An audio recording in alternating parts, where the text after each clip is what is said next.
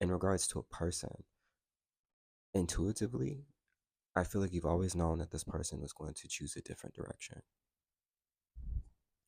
And you've had certain emotions surrounding, whether or not if this person was going to be on the same page as you, or, you know, oh, I'm getting synchronicities clairaudiently, or through, just the ethos of synchronicities that them and I are going to be on the same page. A lot of you have probably been affirming, you all progressing towards the same direction, saying things like, it's going to work out for me in this particular situation. And you're right. And oftentimes it has a lot to do with leaving someone behind, because the choice that they're about to make isn't something that's going to be too much morally aligned with you.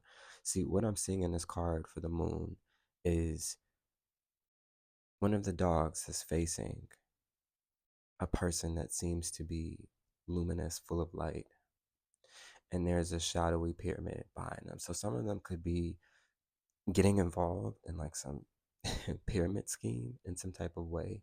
There could be somebody you associate them with, doing a lot of under the table jobs, or for others working in the underworld.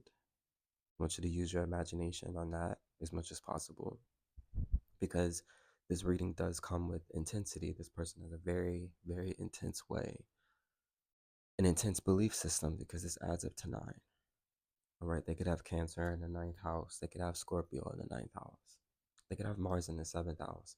They could have a lot of placements that are considered uncomfortable and detrimental in a way where the decisions that they make are contingent upon the intensity of their environment, having to resort things, out of desperation or out of ego.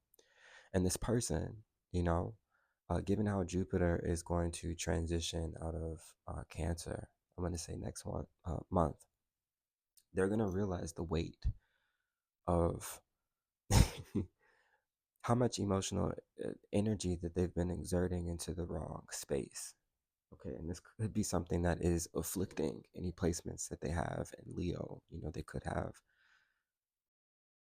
fire sign placements, they could have fire degrees, etc.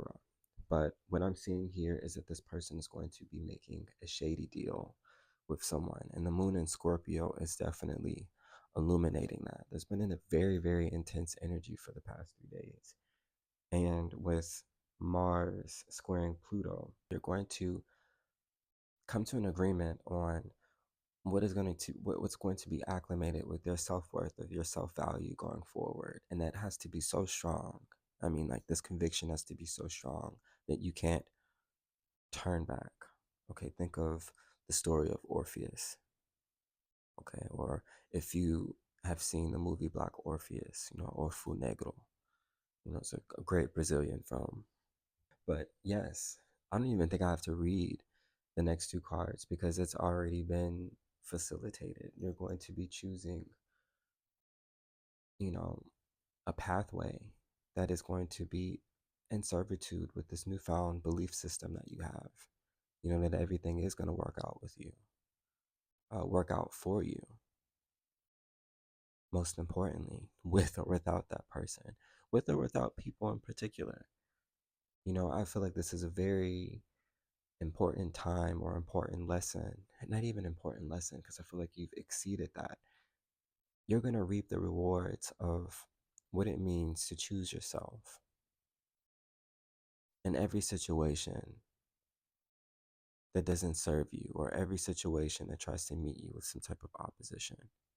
We're going from green into blue, which has a lot to do with feeling the depths of your choice, feeling the depth of your emotional conviction, and speaking life into that, or seeing the pathway more clearly, in regards to your own truth. 9 plus 8 is what, 17, and that breaks down into 8. So you're being confined into this new psychology that's going to get you to remove a lot of cycles that are no longer of service to you, because you no longer need other people as a catalyst. Okay, the world card in this particular deck is ruled by the sun. Okay, that breaks down into three. That has a lot to do with your expansion.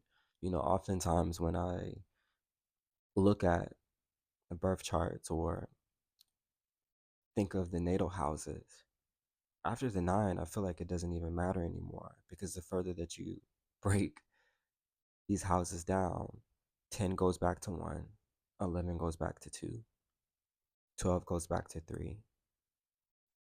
So this is the result of a very powerful, powerful, powerful ideology that you have formed that's getting you to recognize how in control you are of your own experience.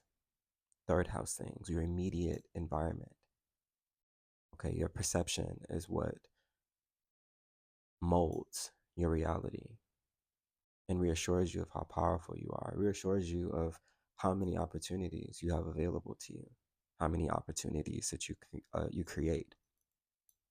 So it's very wise for you to go onward and not look back from this person or this situation. Okay, for some, it has a lot to do with leaving an old job and you feeling as if you can't stabilize, your life or find anything sustaining. You have something within you that's very, how can I say it? It lights a fire within you. You could be someone who's very mercurial. You like to talk. And what if you're able to use that to the best of your advantage? What if you're able to use this throat chakra to speak life into the reality that you want to create? So yeah, hope this helps somebody.